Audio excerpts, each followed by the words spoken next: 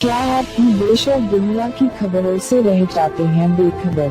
तो सब्सक्राइब कर लीजिए हमारे HT न्यूज चैनल को और बेल आइकॉन को दबाना मत भूलिएगा। मोहम्मद शमी के लिए बीसीसीआई की तरफ से एक बहुत ही बड़ी और एक बहुत ही अच्छी खबर आई है। जी हाँ, बीसीसीआई ने उन्हें अपने कॉन्ट्रैक्ट में शामिल कर लिया है। वो बी ग्रेड खिलाड़ियों में शामिल हैं। आपको बता दें कि मोहम्मद शमी के ऊपर उनकी पत्नी ने मैच फिक्सिंग के आरोप लगाए थे, जिसके बाद बीसीसीआई इन आरोपों पर अच्छे से जांच कर रही थी।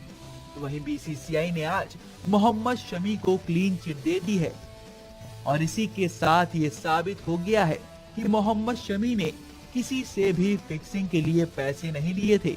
उनके ऊपर लगाए गए फिक्सिंग के सारे आरोप झूठे हैं। बाकी बीसीसीआई ने उनके निजी मामले पर बोलने से इनकार कर दिया है।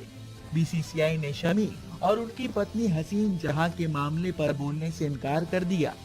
आपको बता दें कि मोहम्मद शमी की पत्नी हसीन जहां ने एक पाकिस्तानी लड़की जिसका नाम अलिशबा था, उससे शमी के साथ पैसे को लेकर लेन देन का आरोप लगाया था, जिसकी जांच बीसीसीआई कर रही थी।